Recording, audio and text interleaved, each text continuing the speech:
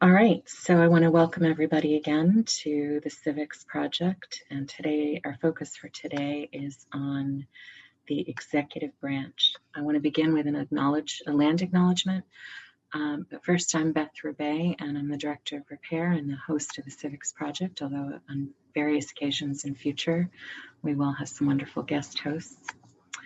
And I want to start, as noted, with a land acknowledgement. Repair acknowledges the Tongva peoples as the traditional land caretakers of Tuvangar, the Los Angeles Basin and South Channel Islands, and we are grateful to have the opportunity to work for the Tarahatom, the indigenous peoples in this place. We pay our respects to Hanukvatam, the ancestors, Ahihiram, elders, and Iohinkem, our relatives and relations, past, present, and emerging. So as noted, the focus of today's session is on the executive branch in the United States. And I'm going to focus initially on US history, and then we'll move a bit into contemporary powers of the presidency and talk about executive orders. So one of the foundational responsibilities that US presidents embraced from the outset involved the conquest of land and control of as much as possible the North American continent. And this colonial project was predicated on the domination and, in some cases, elimination of indigenous peoples. In making sense of the roots and foundations that have created our contemporary US presidencies and what they might mean to us today, we have to go ahead and confront the historical context of presidency in the United States. And it's a difficult history, but I think an important one, especially in making sense of contemporary problems in the executive branch. The Iroquois Confederacy, composed of 6 member nations, gave a name to George Washington, which was Conotocarias, which translated to town destroyer. And some indigenous communities continue to use the term to refer to presidents in the United States. In other words, in several indigenous languages, now there's a word for president that translates to town destroyer. In order to understand a little bit of the and I want to disclaim, I don't think we can fully comprehend these kinds of events either from the perspective of people in the 18th century or specifically indigenous peoples in that time. But I'm going to share a little bit of the letter written in 1790 to President Washington, who by that time was the first president of the United States, from 3 Seneca chiefs. The chiefs were Big Tree, Corn Planter, and Halftown. And they wrote to George Washington to appeal for the return of their land, which had been taken immediately at the conclusion of the Revolutionary War. And I won't read the entire letter because it's a little lengthier, but I'll go ahead and start midway through. You told us you could crush us to nothing, and you demanded from us a great country as the price of that peace, which you had offered us as if our want of strength had destroyed our rights. Our chiefs had felt your power and were unable to contend against you, and they therefore gave up that country. What they agreed to has bound our nation, but your anger against us must by this time be cooled. And although our strength is not increased, nor your power become less, we ask you to consider calmly, were the terms dictated to us by your commissioners reasonable and just? Father, you have said that we were in your hand and that by closing it you could crush us to nothing. Are you determined to crush us? If you are, tell us so, that those of our nation who have become your children and have determined to die so may know what to do. In this case, one chief has said he would ask you to put him out of his pain. Another, who will not think of dying by the hand of his father or his brother, has said he will retire to the Chautauqua, eat of the fatal root, and sleep with his fathers in peace. All of the land we have been speaking of belonged to the 6 nations. No part of it ever belonged to the King of England, and he could not give it to you. Hear us once more. At Fort Stanwix, we agreed to deliver up those of our people who should do you any wrong, and that you might try them and punish them according to your law. We delivered up 2 men accordingly, but instead of trying them according to your law, The lowest of your people took them from your magistrate and put them immediately to death.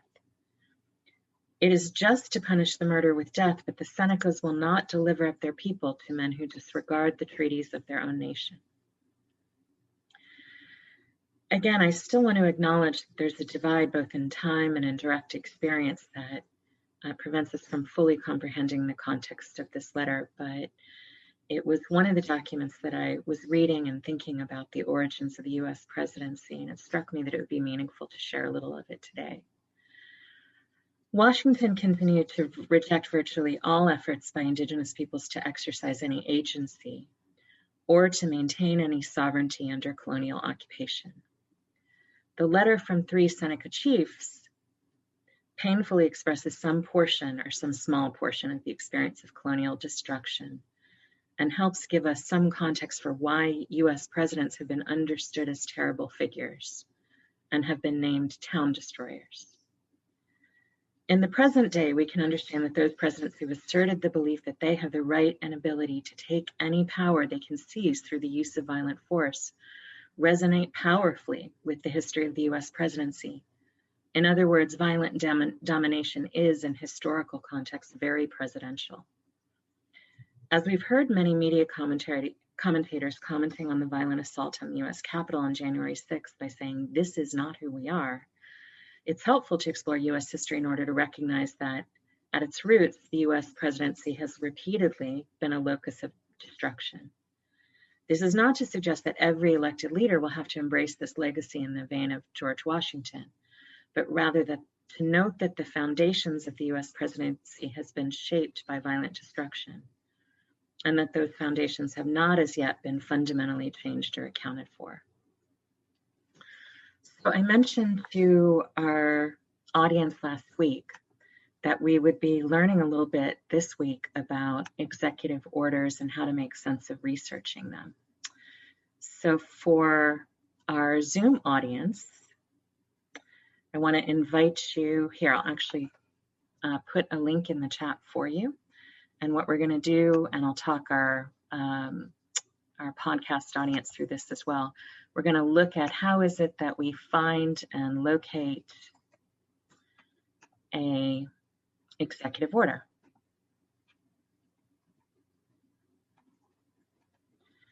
So those who are following along directly, you can go to www.federalregister.gov.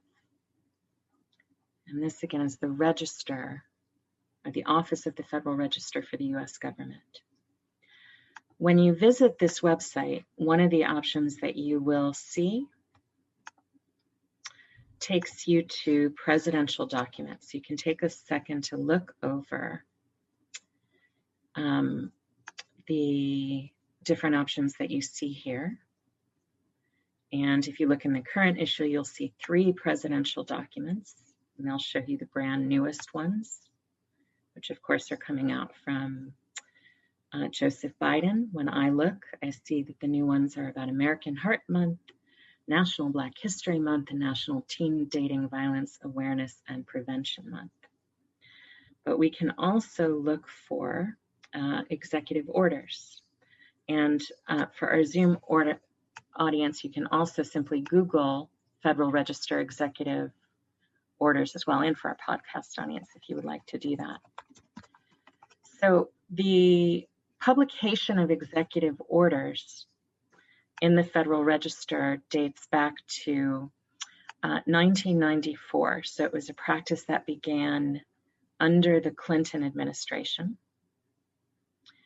And it allows us to see every executive order and other proclamations that are issued by the US presidency. Now I'm next going to suggest, let's see. So there are a few ways to get into executive orders, but I'll go ahead and share a direct link for those who are in the chat, and for our podcast audience. Again, what you can do is go to federalregister.gov, presidential-documents/executive-orders, or you can also just Google Federal Register executive orders.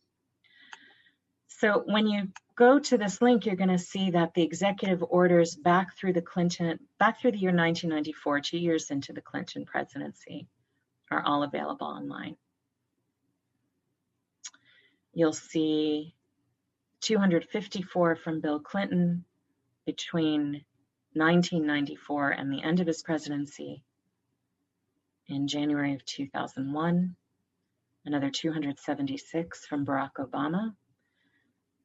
These were both two-term presidents. We see that Donald Trump issued 220 just in his one term, and that Joe Biden has already issued 28 executive orders, and these don't count proclamations, just actual orders, most of which came out immediately on the first day of his presidency. So I'm going to go ahead and look at some of the orders from Donald Trump, and his most prolific year was in 2020. And we can scroll down and see some of the things that he did. He adjusted rates of pay. He issued some executive orders about savings bonds, school choices, federal civic architecture. He wanted beautiful architecture, apparently. State foreign assistance, and I'm going to scroll down to one that he issued in September, and it was titled Combating Race and Sex Stereotyping. And this is Executive Order 13950, and it was issued on September 22nd of 2020. So one of the things that I was curious to see when I first looked at this executive order is in the legacy of the presidency as it was rooted in a racial genocide, a genocide of indigenous peoples. I wanted to see, you know, what's the contemporary response to thinking about racism. So the title of this executive order is titled Combating Race and Sex Stereotyping, and it, in section 2, gives us a number of definitions of what that entails. First, it tells us that there's such a thing as divisive concepts. Divisive concepts is quoted. And it gives us a list of concepts that fall under the definition of divisive concepts.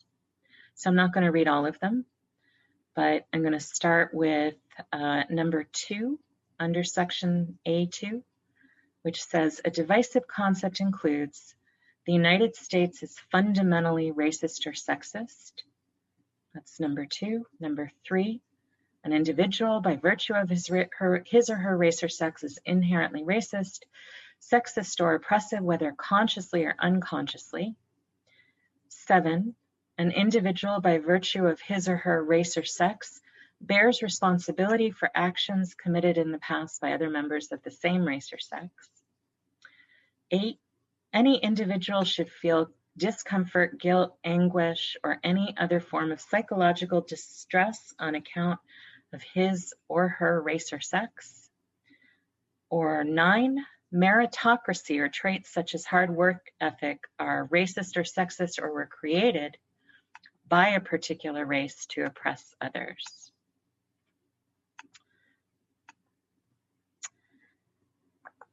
To oppress another race. In addition, section 2 says that the term divisive concepts also includes any other form of race or sex stereotyping or any other form of race or sex scapegoating. And then section C tells us a definition of what race or sex scapegoating is. And it says race or sex scapegoating means assigning fault, blame, or bias to a race or sex or to members of a race or sex because of their race or sex. It similarly encompasses any claim that consciously or unconsciously and by virtue of his or her race or sex, members of any race are inherently racist or are inherently inclined to oppress others, or that members of a sex are inherently sexist or inclined to oppress others. Then this executive order goes on to instruct how the order will be put into place by restricting government agencies for engaging and in any training that might reinforce any of these divisive concepts, and by restricting any government contractors or anyone seeking a federal grant from training or educating in ways that would reinforce these, as Trump put it, divisive concepts. So this was essentially put immediately into effect shortly after it was issued.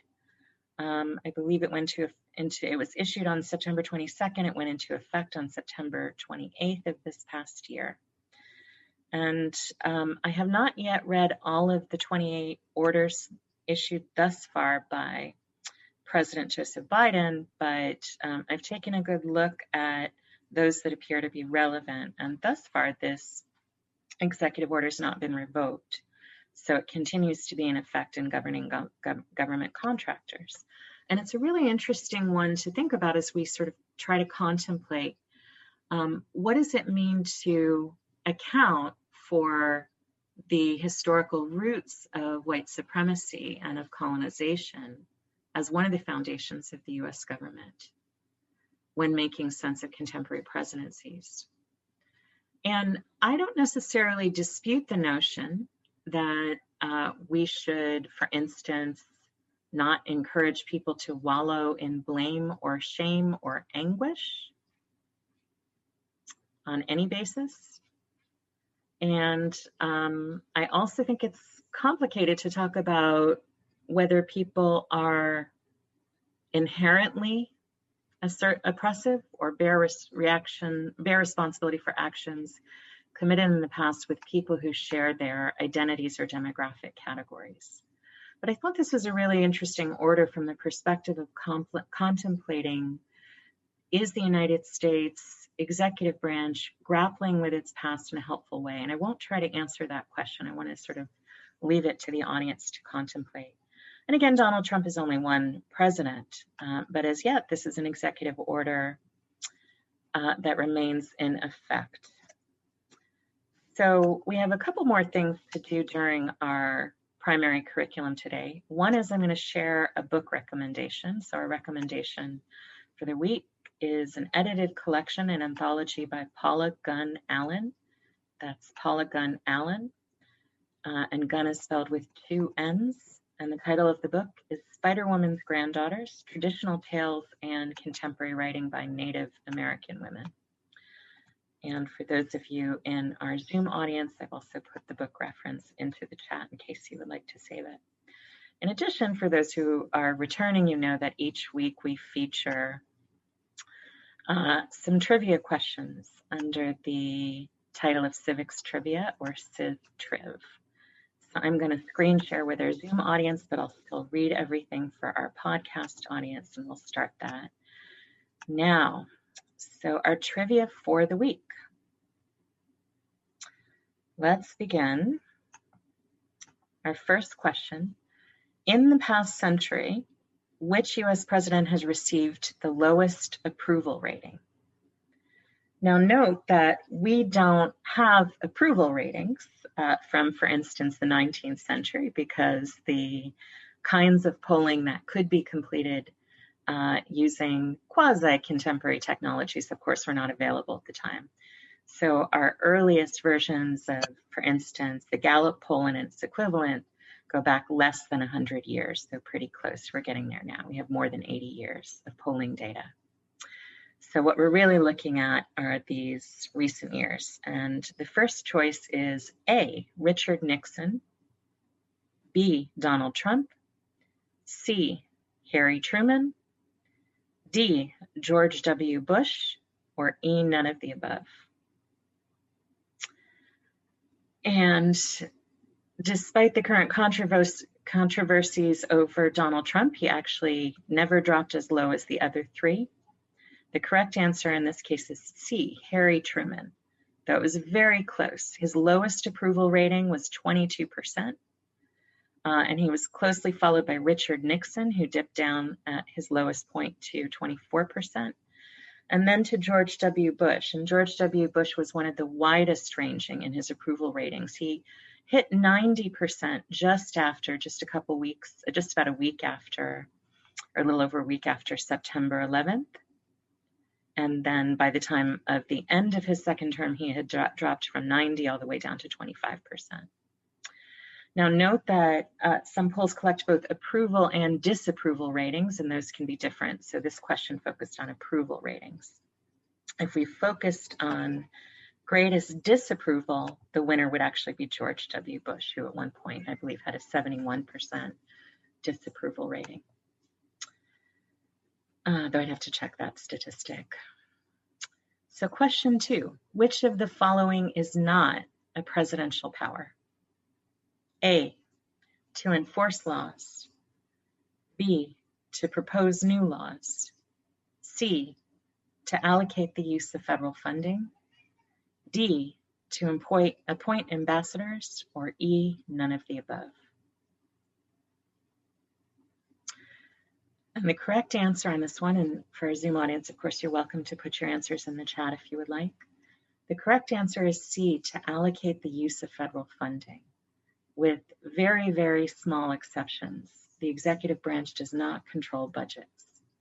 Those have to go through Congress. This does not mean that the executive branch has no input or impact on the question of budgets, because, of course, any legislation passed by Congress still has to be signed into the law by the presidency unless the Congress is able to overcome a presidential veto.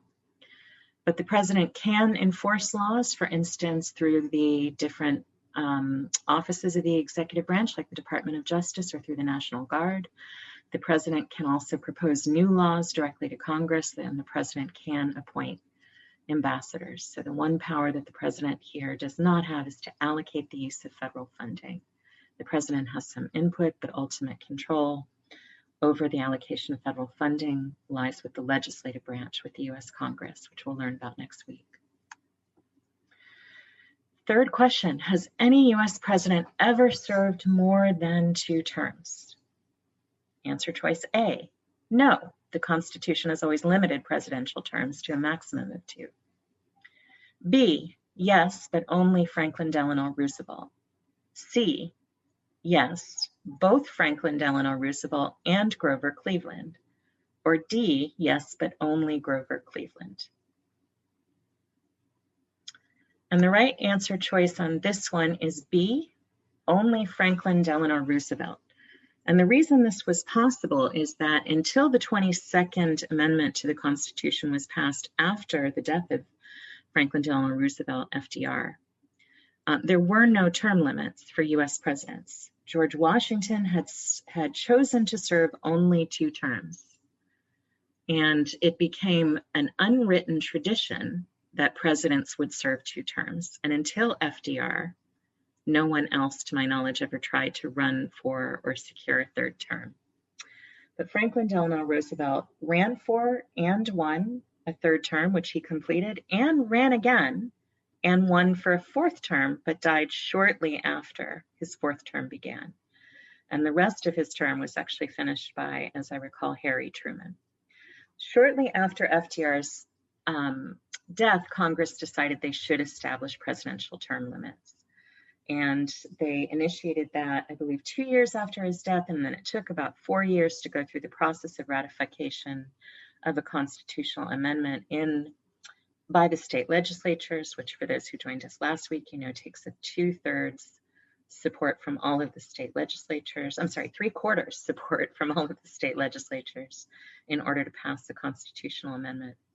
And so the 22nd Amendment was added to the Bill of Rights and therefore limited presidential term limits to 2. So since FDR, no one again has tried, though President Trump did mention the possibility that he wanted to see if that could be changed.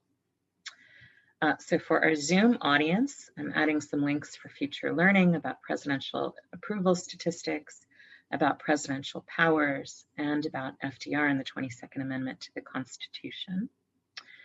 And I want to really thank everybody who's been listening so far, and thank our podcast audience for tuning in. You can check out our events registration page at repair-events.eventbrite.com to see what's coming up. Next week, on Saturday, February 13th of 2021, we'll be meeting to learn a little bit more about the U.S. Congress. And then the following Sunday, February 21st, we'll be convening to talk about impeachment. I also shared last week that we have added a monthly film screening and discussion to the Civics Project offerings, and that will be on the last Wednesday of each month at 4 p.m. Pacific Time, 7 p.m. Eastern Time, and our first film is scheduled for Wednesday, February 24th of 2021, and the film we'll be screening is Suppressed 2020, The Fight to Vote, which focuses mostly on voter suppression in the state of Georgia. So I hope to see many of you again. Thank you for tuning in and joining us. And for our Zoom audience, we'll have some live discussion now.